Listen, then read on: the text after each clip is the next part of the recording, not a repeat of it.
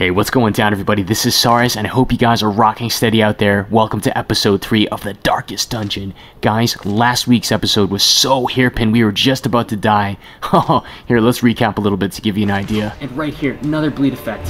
You can see he's at death's door and he's bleeding. So that means if he gets the next attack, he has a chance of dying right here on the spot. Super grim right now. Things are really getting screwed up. Heal him of his illness, which is awesome. This is the best thing in the world, because look at that. If I had missed that, he would have probably died. Another death's door. Look at this, guys. This is a disaster right here. At any moment, this could be it. Like right there. Right there. So guys, what you just saw in that flashback of the previous episode is Darkest Dungeon working as intended. It will grind your characters into bones and dust if you're not careful. It's a ruthless game. It holds nothing back.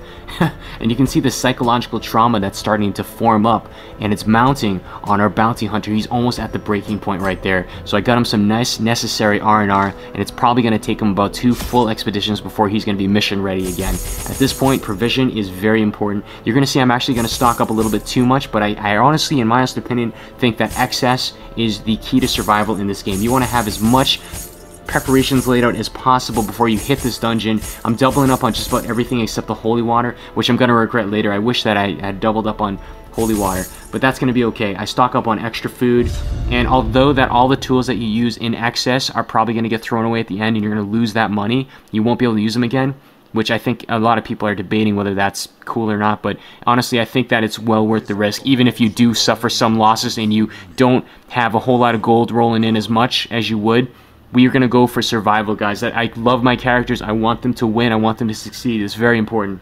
So as soon as we enter the crypt, you can notice that we have more of a serpentine style layout on our map, which is going to be kind of troublesome, especially if we have to backtrack and we get ambushed. But right off the bat, we get a nice confession booth conveniently located right here that our paladin-esque sort of crusader is going to be able to relieve his stress.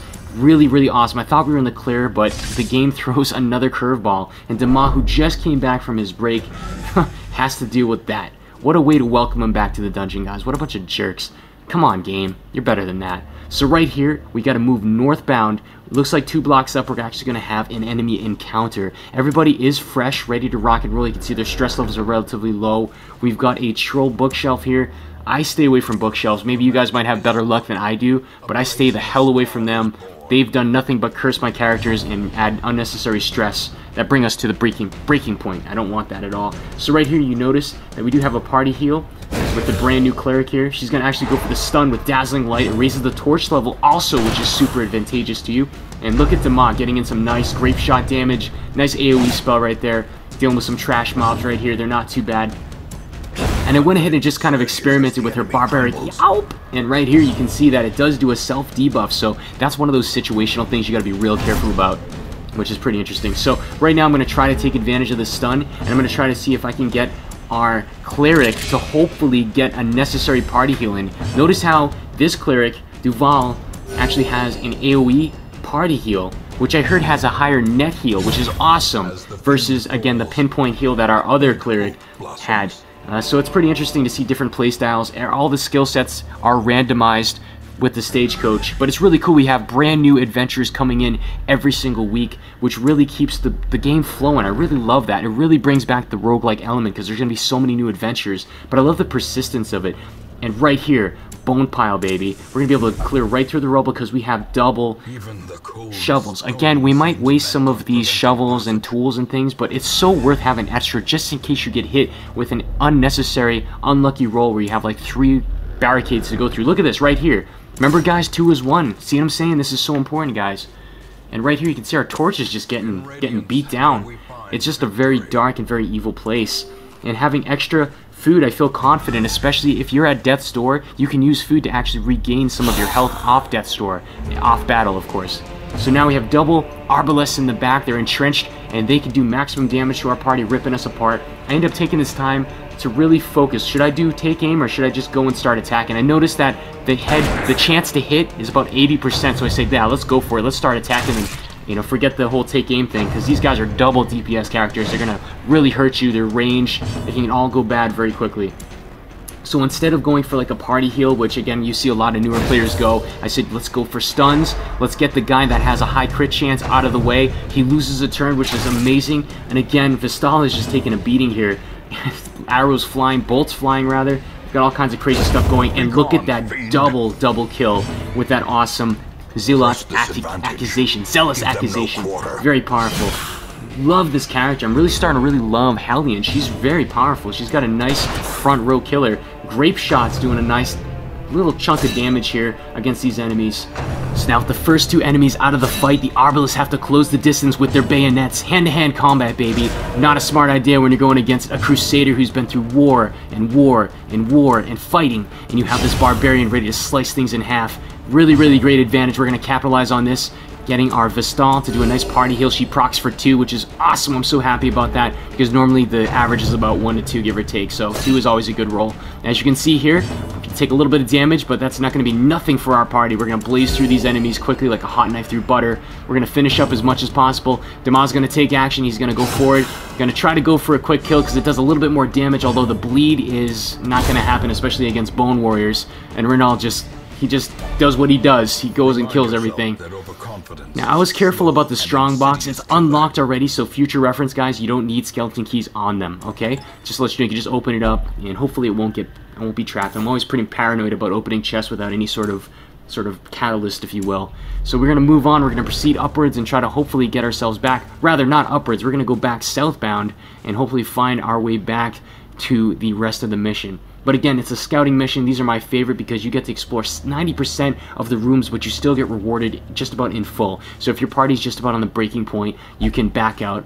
But if you're like me and you're stubborn, like last episode, you can continue going forward and seeing just how far you can push your party to the point of extinction, which I know is absolutely ridiculous and stupid on my part.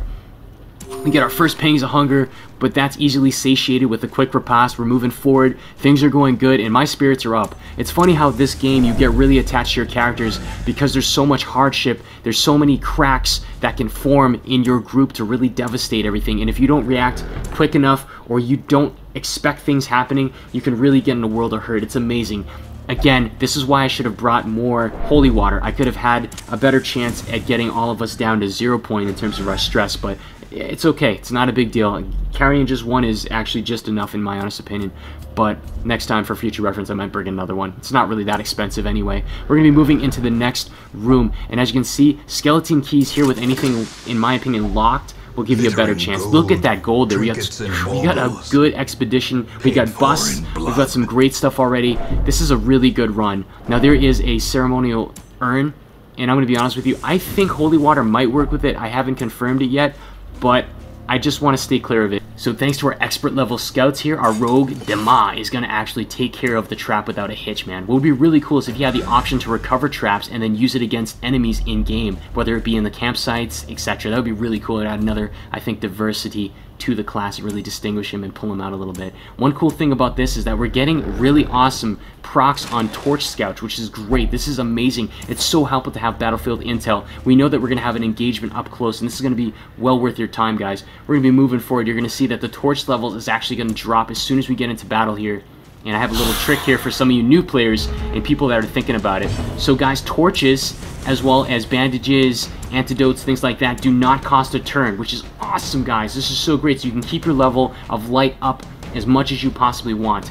Now you can see that the courtier is in the 3rd row, which we really have to focus our fire on, but the arbalest is also going to be a considerable threat if he's able to stay there and continue lodging arrows and bolts at us. So Quarrel here is going to take our cleric down just a little bit. Vestal's holding tight though. I'm going to use cleric and Vestal in terms of terminologies interchangeably, so don't get confused. She's going to get a nice stun proc on a high crit warrior there, doing some damage here. And now the club guy, he's got pretty much a blunt attack. It's not going to do too much. But right here, oh man, you're going to see the Hellion really shine in this battle here. You're going to see she's kind of thinking about what she's going to do, and she ends up just beasting forward with 7 damage and that breakthrough. It's an amazing thing. Having an axe blade like this is absolutely incredible. Oh, Renault following up with a beastly zealous accusation to finish off the 2 enemies. And now we've got the arbalest where we want him, right in the front row where he has to resort to bayonet jabbing.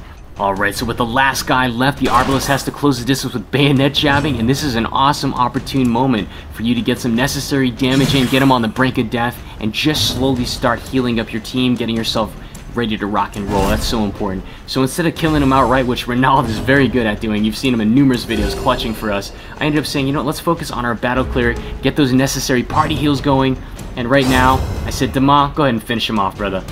So far, it worked off real well. We ended up getting some holy water, again, a little bit late on that, and we found a little bit of a trinket. Now, the thing about trinkets, guys, you can equip them in your inventory slots, but a lot of them have a lot of negative repercussions that can greatly cause problems for you. So I pretty much just keep those on the side. I don't equip them until I have a little bit more experience with the game. And we have 4 spiders, 2 of them are markers, 2 of them are artilleries. The green guys are going to be the real threat in this game, in my honest opinion. So I ended up getting a nice extra kill right there. Boom, Damas stepping in and just following up with a nice grape shot blast. Misses, Fang's beard bearing down on my rogue. He dodges like a beast, and you can see Hellion is just stepping forward. Axe blade swinging, cuts asunder, just makes a nice healthy cleave there through our enemy lines. And right here, Reynolds, he's going to step forward, and being the badass that he is, he goes ahead and just in one fell swoop just pwns the enemy. So with our mission complete, you have the option. You can either do the final stretch in the last room, or you can be able to say, you know what, we're just going to go home, we're going to take what we have, and we're going to call it a day. We have a sarcophagus here, and I'm very suspicious of these because I don't have the tools necessary to open it up, right? So I said, you know, why don't we experiment a little bit and see what we can use with it, since I'm not really sure. So I end up using a medicinal herb here. I use an anti-venom to try to see if I could be able to open it up. I should have tried the bandage, but I didn't, but next time hopefully I will. I tried to see if I could sanctify it with some holy water. Didn't work at this point. I said, you know what, forget this. It's not worth the risk. Let's not open it barehanded. Let's just move forward. Another trap. Dama, I thought he was going to do it, but oh man, Dama is going to take a little bit of stress damage from this. Felt really bad about that. And right here, this would be kind of cool. If you don't have like a key or anything, you might be able to have a rogue in your party that might have a chance of disarming it, or basically picklocking it, which would be pretty awesome. I'd be really happy to see that happen. So the room was empty. I was hoping for a fight, and that was basically our third run, guys. The ruins are starting to become a little bit easier. We're getting more familiar with it. So guys, thanks again for tuning in. I can't even tell you just how much this game has brought back that spark of encouragement of wanting to make new videos again. So if you like this video, you want to see some more, please support the channel, support the videos, guys. Share it with a friend, and hit that like button. Give it a Kenshiro style fist of the North Star. I'll see you guys on the flip side. Sorry, signing out. I hope to bring you on another adventure, guys. Peace out.